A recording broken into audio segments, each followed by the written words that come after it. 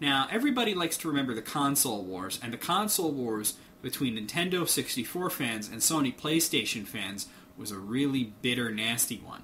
The Sony PlayStation was the cool system.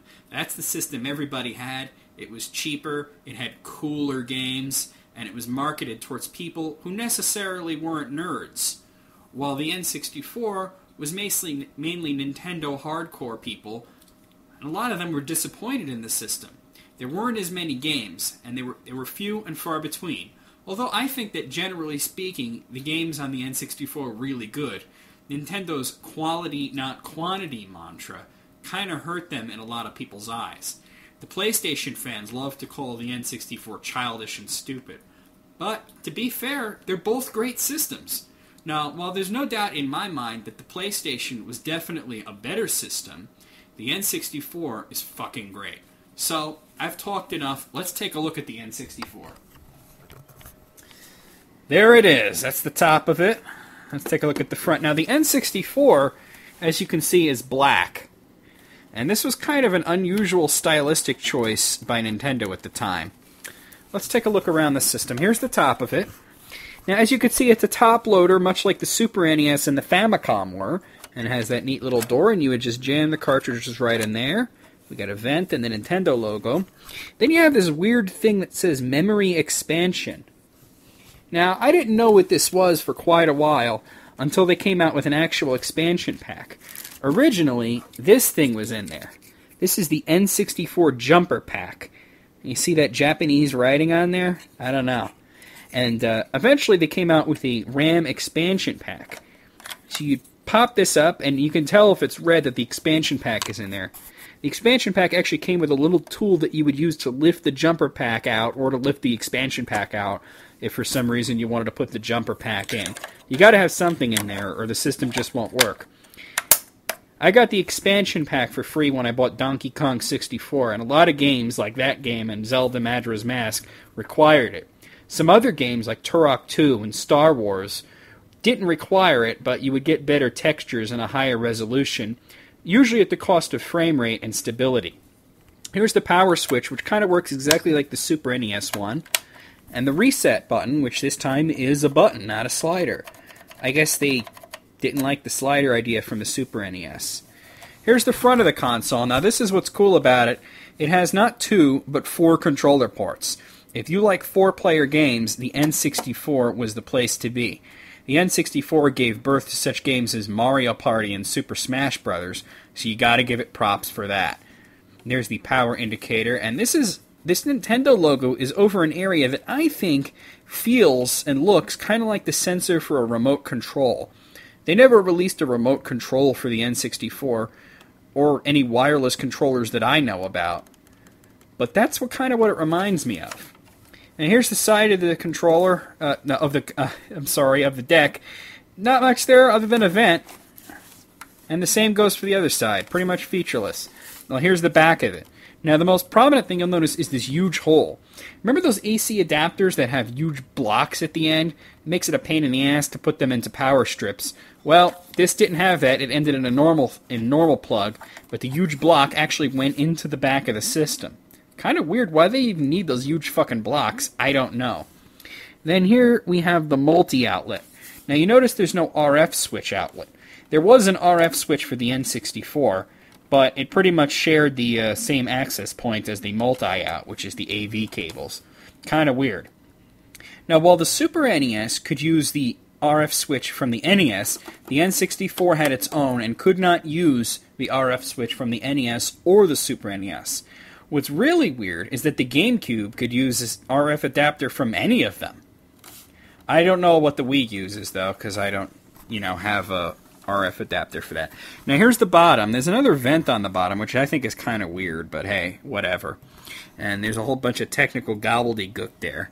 You'll notice this EXT thing, yep, for another add-on that didn't come out in America.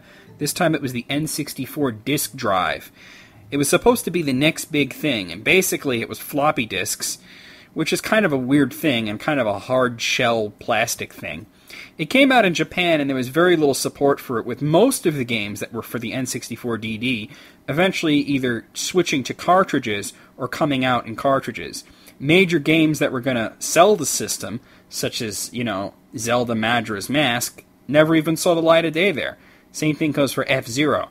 The only thing about the N64 DD that I would point out is that it has the only known sequel to Mario Paint, Mario Artist.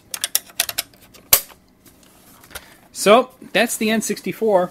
Another really striking thing about the N64 is the controller. This is not the controller that came with it, this is a green one that I picked up. I actually have 3 of them, a gray one, a green one, and a blue one. I used to mainly use the gray one, of course, until I got the green and the blue, and then I used the blue all the time. Now, a problem with them, and I don't know if you can see this, but you see that white-looking dust stuff? Yeah, that's not crack or cocaine or anything. That's residue from the analog stick rubbing against the thing. It would wear out really fast, and eventually it would affect gameplay. I played Perfect Dark so fucking much that I actually ruined the analog stick on my blue controller, so then I mainly used the green one. Now, as you can see, this does have an analog stick, which was kind of a big deal at the time, and of course it has the D-pad. Now, because of this, you could either have your left hand here, or you could have your left hand here. And of course you would have your right hand over there. It gave you kind of 2 different ways to hold the controller. There's the start button, but notice the lack of a select button. Kind of weird. It was the first Nintendo console not to have a select button. Over there are the classic B and A buttons, which for some reason are color-coded this time as green and blue. These 4 yellow buttons are the C buttons. It has C in the middle and just arrows on them, so everybody calls them C up, C down, C left, and C right. I guess they were thinking A, B, C, but since most games use them for camera controls, people think the C stands for camera. On the top are the shoulder buttons, L and R like usual, but the really weird thing about this controller and the way that Nintendo innovated was the back of it. First of all, here's the Z button. It's a trigger, which was great for shooting games, because pressing it, you really felt like you were shooting a gun. And then there's this hole here. Now, people didn't know what this was for at first, but then they released this, the controller pack. Basically, it's a memory card that goes in your controller. That's kind of cool. While the PlayStation had 2 slots for memory cards, this basically had as many controllers as you can fit. You can just plug in 4 controllers and boom, you had 4 times the memory. The thing is, most games, since they were on cartridges, saved to battery, very few games actually use this thing. Later they released the Rumble Pack, which you can plug in there and get some force feedback. That was another thing that Nintendo did first, at least in the home console market. Well, let's take a look at the cartridges. Now, here is your typical N64 cartridge. This is GoldenEye. Now, let me grab, really quick, a Super NES cartridge so you can compare. Once again, as you see, they've gotten smaller. Here's Chrono Trigger. Here's GoldenEye. Notice that there are no plastic protectors. I guess they just said fuck it, and there are no end labels. That's really an inconvenience. Also notice the curvature. Kind of makes it hard to store them sometimes. I don't know why they made them curvy, but there you have it. You put them in there. Also notice there's no eject button, so you just kind of pop them out. Well, the Super NES didn't really need an eject button. It felt kind of cool to press the button and have it pop up like a toaster. I don't know why they didn't include it this time, but whatever. By the way, somebody asked me earlier today if I'd ever played GoldenEye. That's like asking somebody if they've heard the Beatles. What the hell? Like I mentioned in the Super NES video, I said that there were a bunch of cartridges that were different colors and shit, and I showed an example of one of them, which was Killer Instinct, which was black. Other people have mentioned the red cartridges that held Spider-Man and Venom and Maximum Carnage, as well as Doom. I think there were some other cartridges for the Super NES that were special, and this continued on the N64. This is not all of them, and keep in mind, I actually said this is not all of them, and I really don't need you to tell me what the rest are. But here they are. This is Donkey Kong 64, which came in banana yellow. Turok 2 Seeds of Evil, which was black. And The Legend of Zelda Majora's Mask, which not only was gold, but has this neat little hologram on it. Too bad the game wasn't as good as Ocarina of Time. But the cartridge sure is cool. Anyway, that's my look at the N64. And a little bit of talk about the Virtual Boy. Hope you guys enjoyed it.